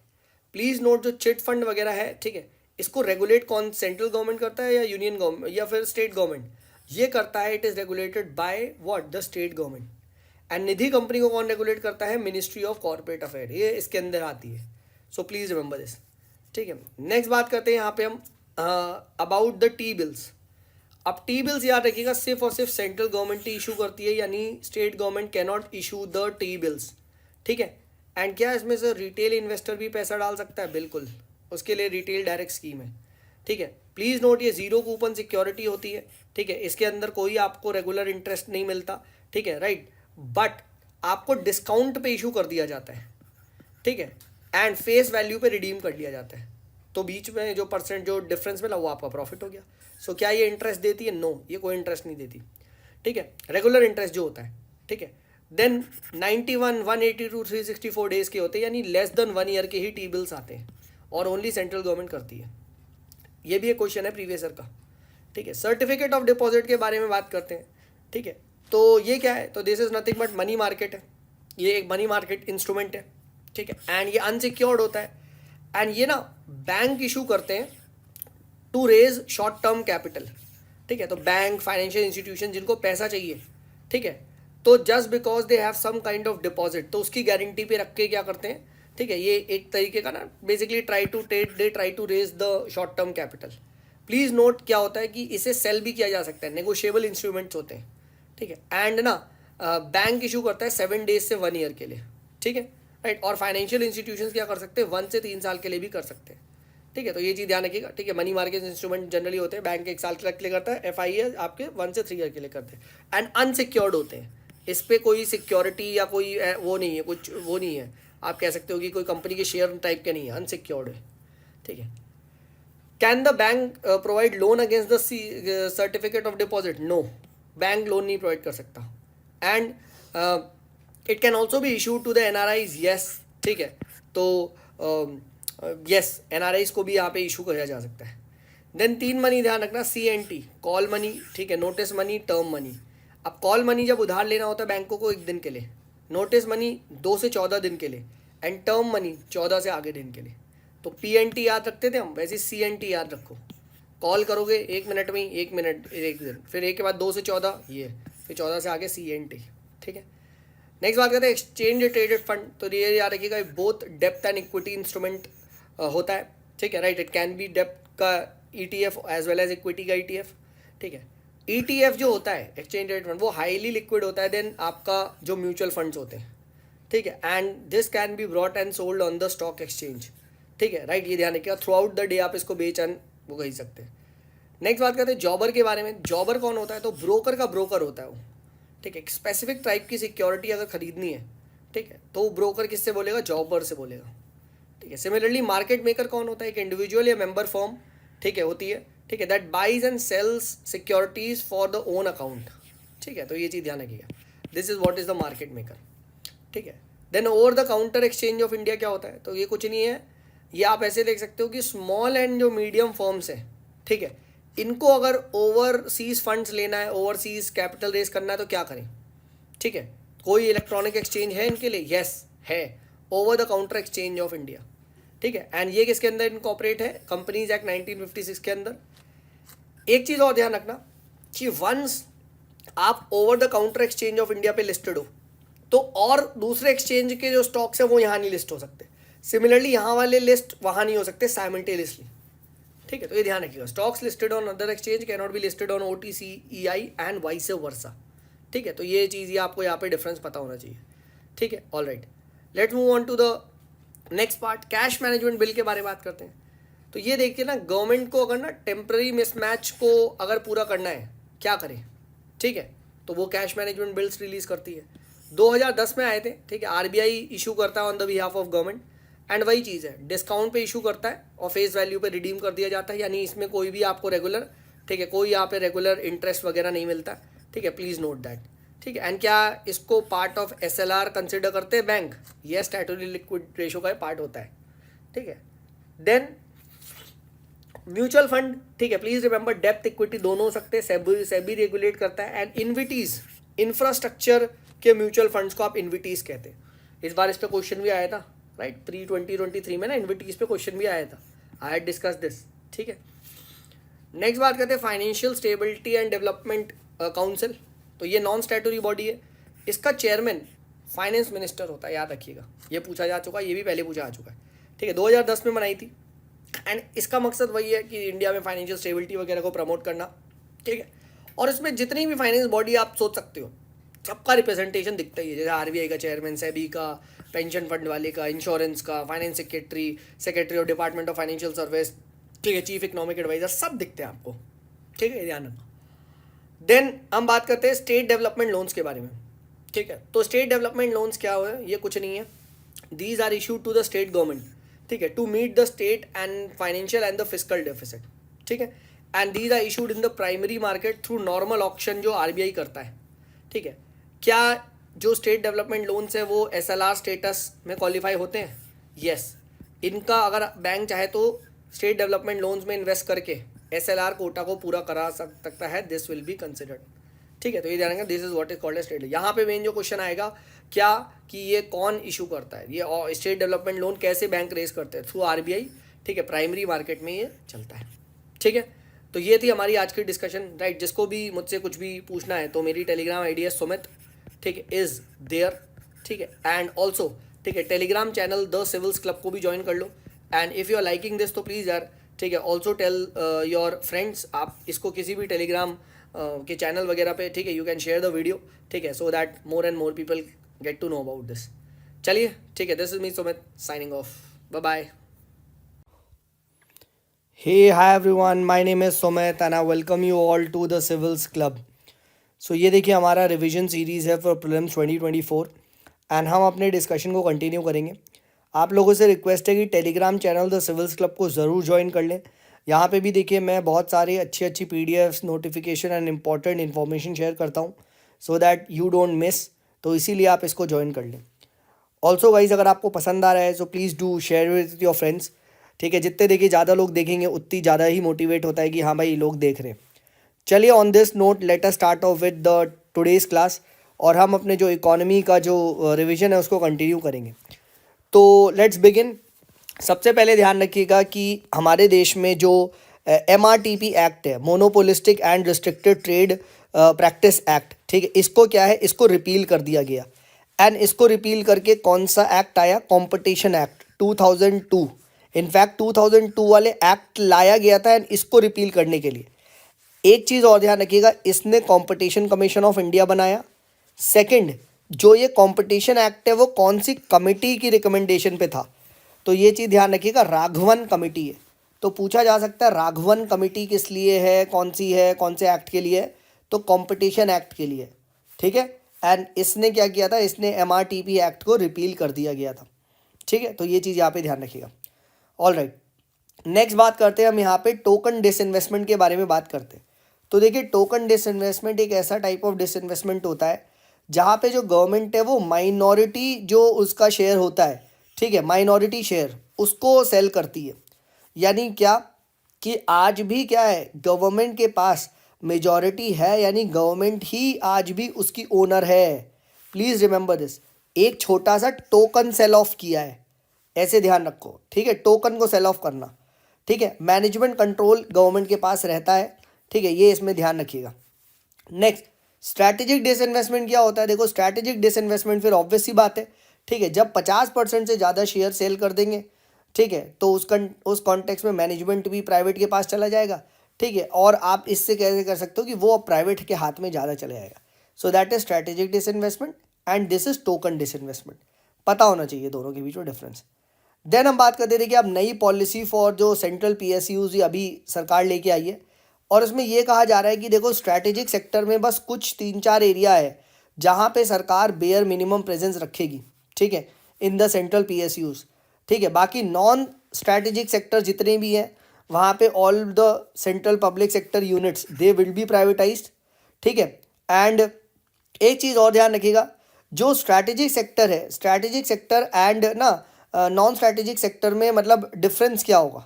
जैसे स्ट्रैटेजिक सेक्टर में क्या होगा कि वहाँ पे प्राइवेटाइजेशन भी हो सकता है, मर्जर हो सकता है या क्लोजर हो सकता है, ठीक है, राइट।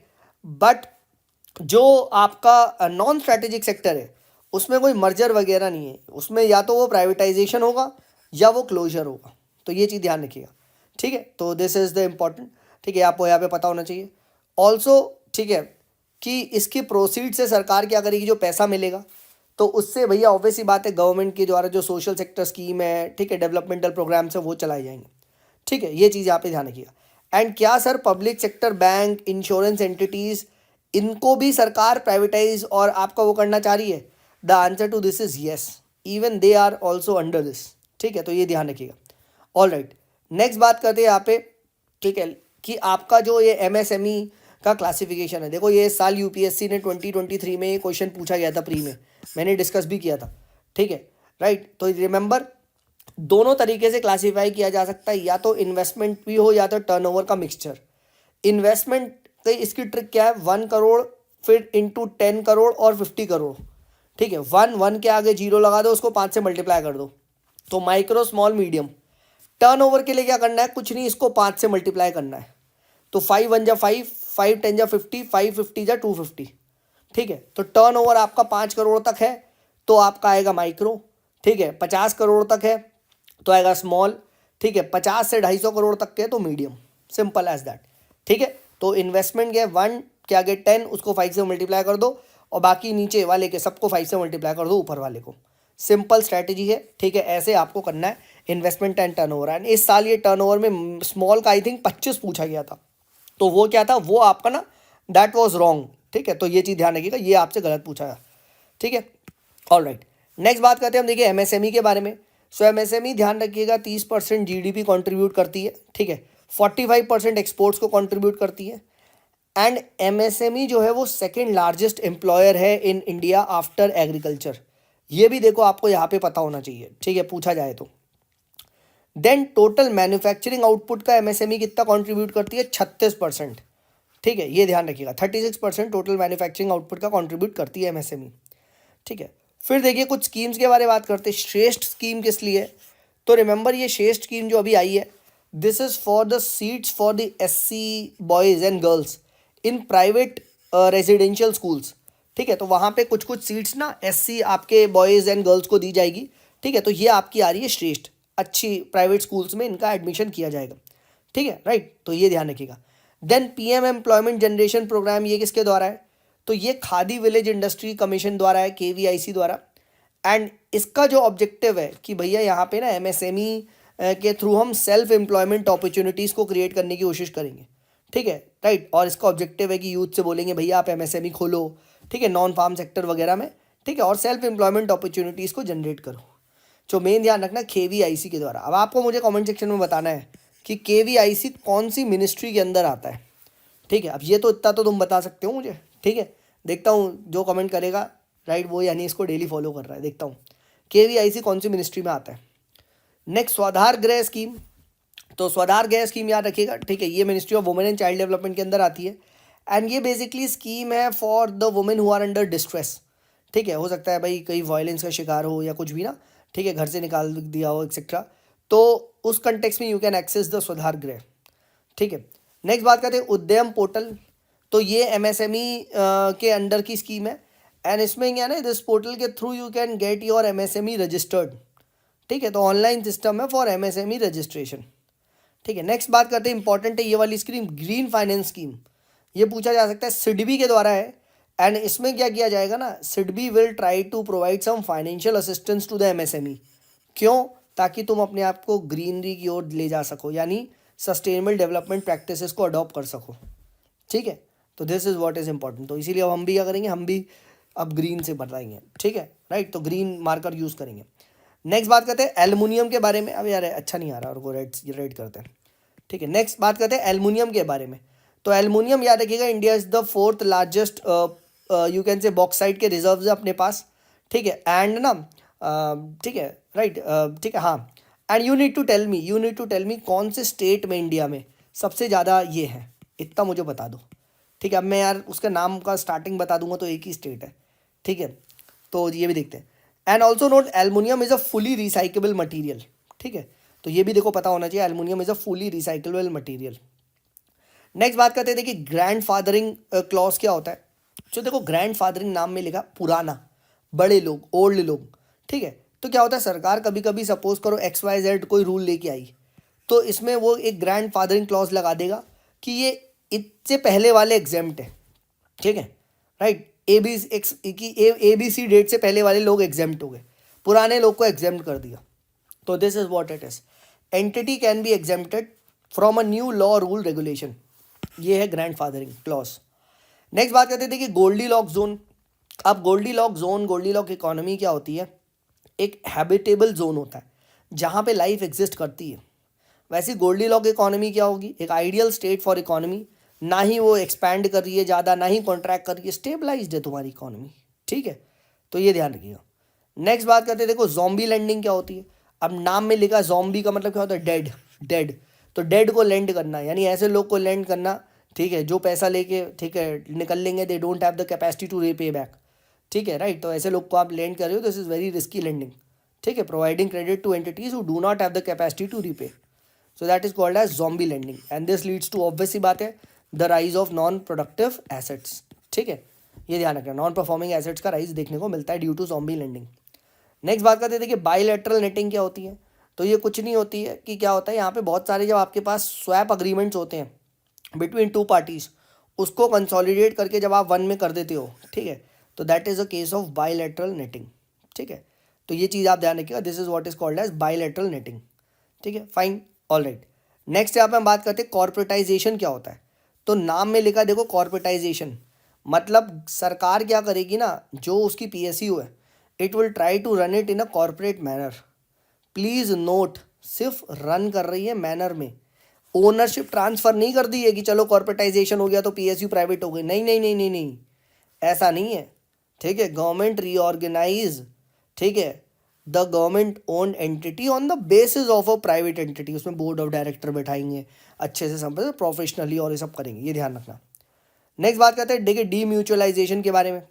तो म्यूचुअलाइजेशन क्या है कि ना, यहाँ पे बेसिकली जो आपकी मेंबर ओन्ड कंपनी होती है, एक आपकी प्राइवेट टाइप की फॉर्म होती है, वो अब gets a public status by getting itself listed. ठीक है, अब वो एक पब्लिक ट्रेडिंग कंपनी है। ठीक है, ऑन द यू कैन से स्टॉक एक्सचेंज पे जब वो कंपनी लिस्ट हो जाती है, ठीक है, तो that becomes a you can say demutualisation का प्रोसेस उसको कहते हैं। ठीक है, कि अभी तक तो भैया आपके 3-4 लोग ओन करते थे कंपनी को, but now the structure will become public traded company बन जाएगी। नेक्स्ट, वंदे भारत एक्सप्रेस के बारे में ध्यान रखना। वंदे भारत एक्सप्रेस में क्या हर डब्बा मोटराइज्ड होता है, हर डब्बे में आपकी छोटी छोटी मोटर लगी होती है? नहीं, ऑल्टरनेटिव जो कोचेज होते हैं वहाँ पे मोटर लगी होती है, दिस इज फॉर ऑब्वियस ही बात है फास्टर एक्सेलरेशन। ठीक है, ऑल राइट। नेक्स्ट यहाँ पे हम बात करते हैं आपका ना रिवैम्ड डिस्ट्रीब्यूशन स्कीम। ठीक है, रिवैम्ड डिस्ट्रीब्यूशन स्कीम के बारे में बात करते हैं। तो ऑब्वियस ही बात है, ये this is for improving the efficiency of the discom. ठीक है, डिस्ट्रीब्यूशन कंपनी, ठीक है, जो इलेक्ट्रिसिटी डिस्कॉम करती हैं, डिस्ट्रीब्यूट करती हैं। प्लीज़ नोट यहाँ पे all state own discoms they are eligible for the financial assistance, but private discoms को नहीं है एलिजिबल, ये ध्यान रखना। ठीक है, एंड आपका जो पावर फाइनेंस कॉरपोरेशन है, ठीक है, this is the nodal agency to implement this. ठीक है, power finance corporation and rural electrification corporation, ठीक है, ये आपकी नोडल एजेंसीज है। ठीक है, और टिल 2025-26 तक ये स्कीम आपकी चलेगी। ठीक है, इसमें आपका जो आपका डिस्ट्रीब्यूशन कंपनी है, ठीक है, राइट, उसको क्या किया जाएगा, ठीक है, उसको हम फाइनेंशियल ग्रांट वगैरह देंगे। ठीक है, तो ये चीज़ ध्यान यहाँ पे ध्यान रखिएगा। ठीक है, एंड एक बार चेक कर लेना, if I am not wrong, शायद ये एक सेंट्रल सेक्टर स्कीम है, जहाँ तक मुझे लग रहा है ये सेंट्रल सेक्टर है, मुझे चेक करके बताना। ठीक है, कि रिवैम्ड डिस्ट्रीब्यूशन जो स्कीम है, ठीक है, इज इट सेंट्रल सेक्टर और नॉट। ठीक है, 90% I am sure it is central sector scheme. ठीक है, बट स्टिल एक बार इसको चेक करके मुझे कमेंट में बताना। ठीक है, चलिए तो आज के लिए इतने ही रखते हैं। ठीक है, अगर आपको पसंद आ रहा है तो प्लीज़ लाइक ज़रूर करें। ठीक है, लाइक करने से देखिए मुझे पता चलता है कितने लोग इसमें इंटरेस्टेड है। ठीक है, और थोड़ा सा यूट्यूब वगैरह भी फिर उस वीडियो को ना थोड़ा सा प्रमोट करता है। ठीक है, चलिए, this is me Sumit signing off, bye. Hey, hi everyone, my name is Sumit and I welcome you all to this revision series on the Civils Club.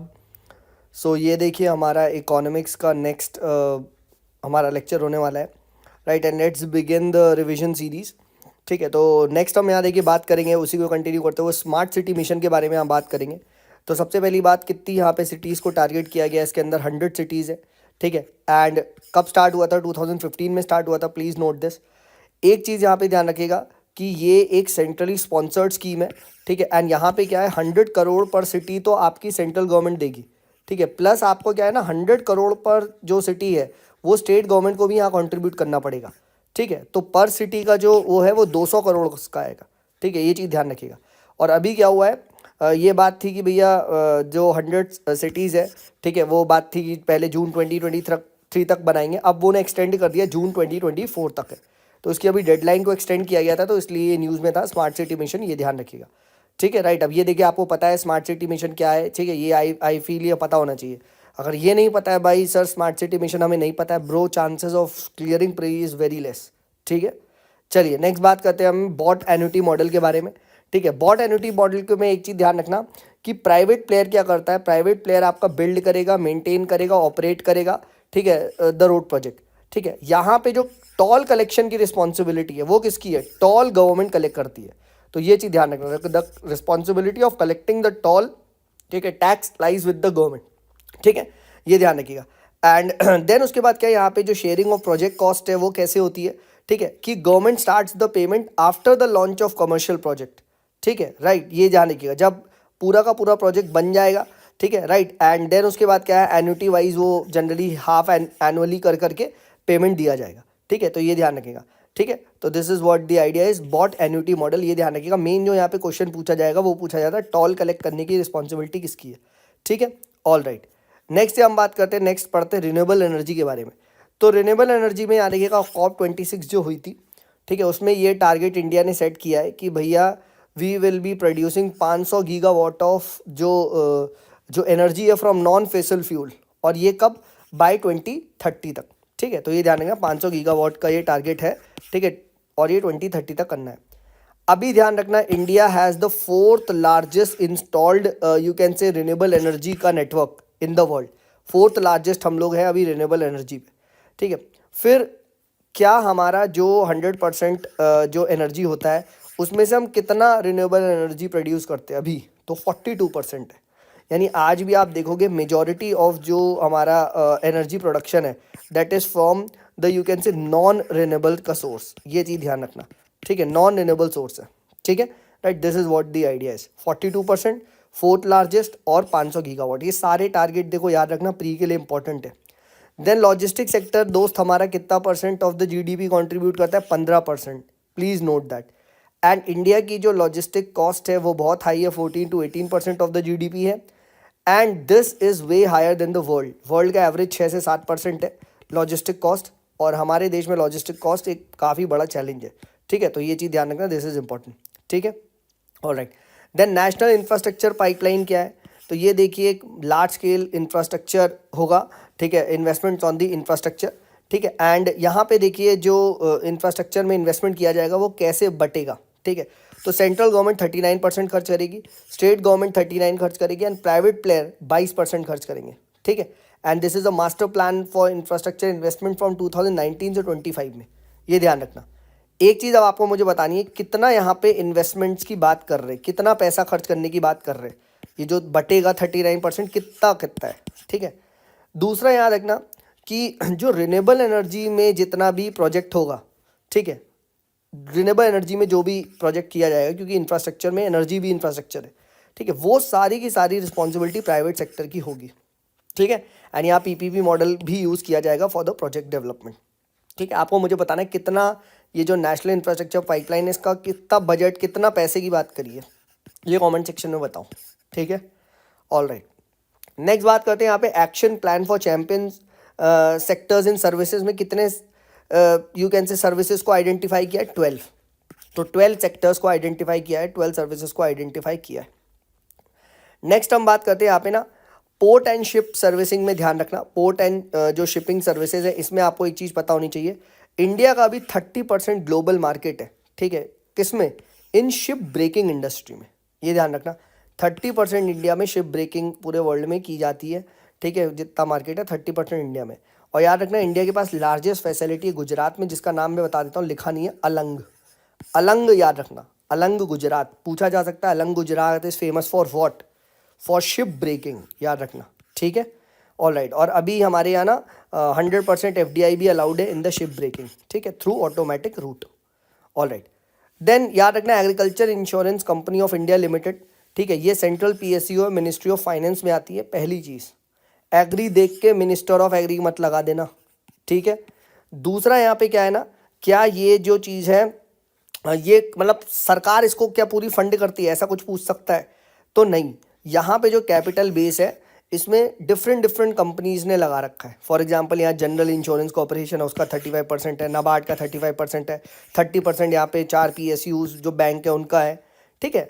तो ये इंपॉर्टेंट नहीं है, बस ये पता होना चाहिए बहुत सारा ना इसमें जो इंश्योरेंस एग्री इंश्योरेंस कंपनी है इसमें बहुत सारे डिफरेंट ऑर्गेनाइजेशन का पैसा लगा है, ठीक है, राइट। और ये ध्यान रखना this is under the companies act of 1957, ठीक है, और उसका जो कैपिटल बेस है मैंने आपको बता दिया है, वो 3-4 में बटा हुआ है, ये आपको यहाँ पता होना चाहिए, ठीक है, राइट, और मिनिस्ट्री ऑफ फाइनेंस पता होना चाहिए। ऑल राइट, नेक्स्ट आते हैं भाई अपना जो अगला है that is on the insurance regulatory development authority of India, IRDAI, ठीक है, अगेन मिनिस्ट्री ऑफ फाइनेंस के अंदर आती है और हेडक्वार्टर कहाँ है, हैदराबाद। ये भी देखो आजकल पूछने लग गए हैं, हेडक्वार्टर हैदराबाद, ठीक है। 10 मेंबर बॉडी है, याद रखिएगा, चेयरमैन होता है प्लस इसमें 5 फुल टाइम मेंबर होते हैं और 4 पार्ट टाइम मेंबर होते हैं, तो 5 4 9 और 1 10, ठीक है। क्या सर ये प्राइवेट सेक्टर इंश्योरेंस को भी रेगुलेट करता है, यस, पब्लिक को तो करता ही है।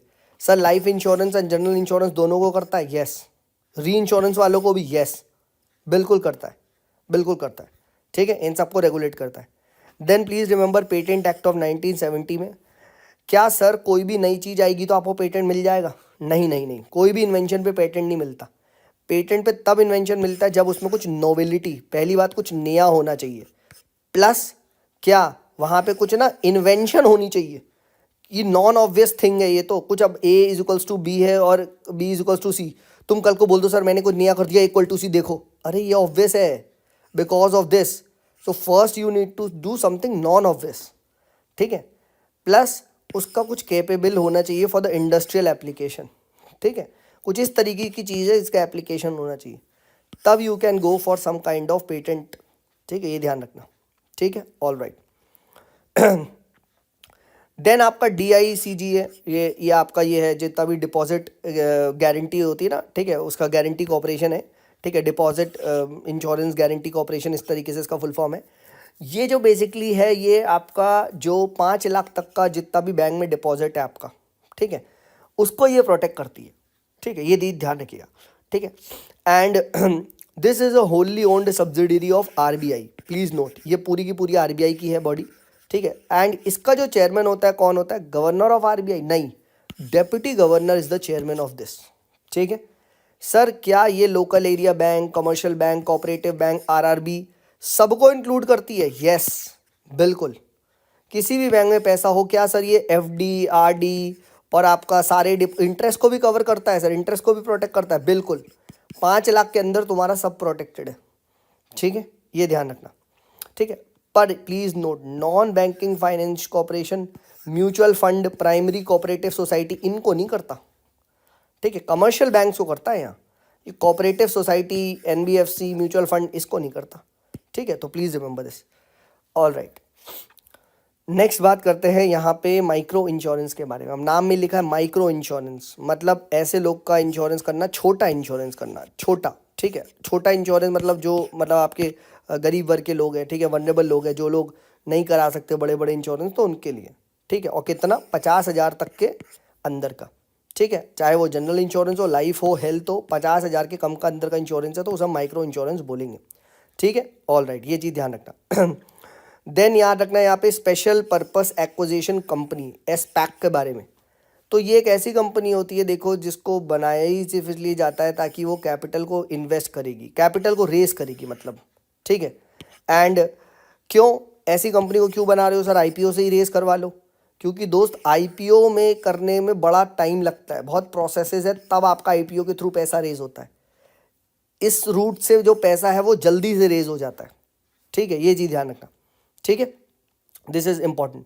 एंड क्या सर इसमें जनरल पब्लिक, क्या इसमें इन्वेस्टर बन सकते हैं? बिल्कुल भाई, general public can be an investor in this, ठीक है, right. And there are no commercial operation, इस कंपनी का कोई कमर्शियल ऑपरेशन वगैरह नहीं होता। Strictly it is form to raise capital, जैसा कि हमने बात करी थी, ठीक है, right, all right. Then please note, industrial sector हमारा कितना ग्रॉस वैल्यू एडिशन में कंट्रीब्यूट करता है? 30%। और इंडस्ट्रियल सेक्टर में भी किस ऑर्डर में आपका कंट्रीब्यूशन होता है?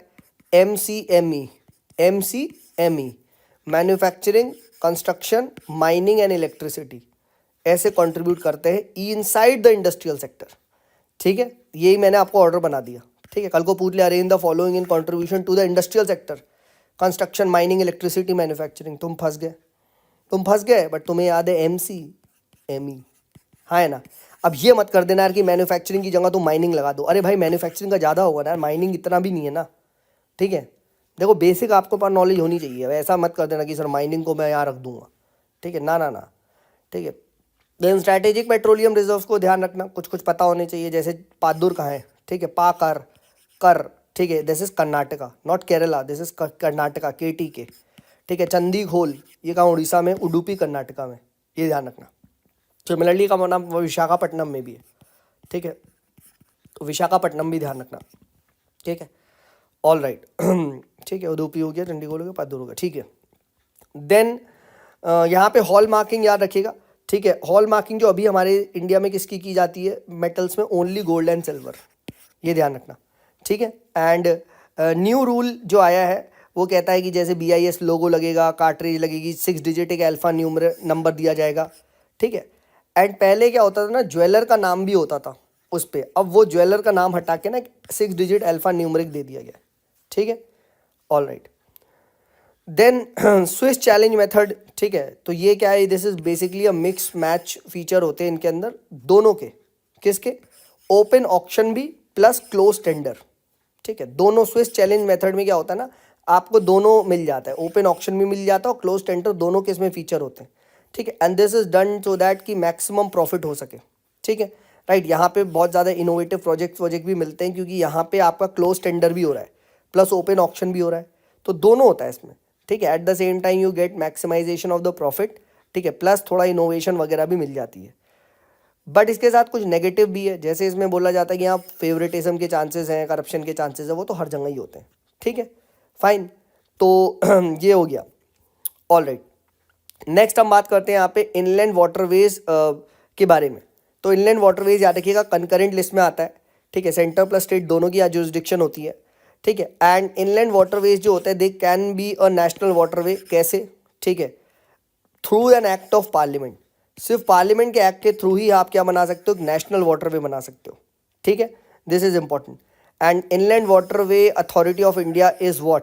This is a statutory body, so please remember this is a statutory body, आपको पता होना चाहिए, inland waterway authority of India, ठीक है। आई होप ये क्लियर दिख रहा होगा, ठीक है, right. Let me rub this, ठीक है, एक सेकेंड इसको मैं करता हूँ, फाइन, ठीक है। चलिए नेक्स्ट बात करते हैं न्यू इंडस्ट्रियल पॉलिसी ऑफ 1991 के बारे में। तो यहाँ क्या है ना, प्राइवेट सेक्टर को मतलब यहाँ पे प्रमोट किया गया, LPG रिफॉर्म वगैरह है, ठीक है। बट क्या हर सेक्टर में आ गया? नहीं, कुछ ऐसे स्ट्रैटेजिक एंड सिक्योरिटी कंसर्न्स के थे जहाँ आज भी सरकार ही है, ठीक है। And foreign investment promotion board बनाया गया, उस टाइम देखो PMO के अंदर बनाया गया था, बट आज ये department of industrial policy and internal trade के अंदर आता है।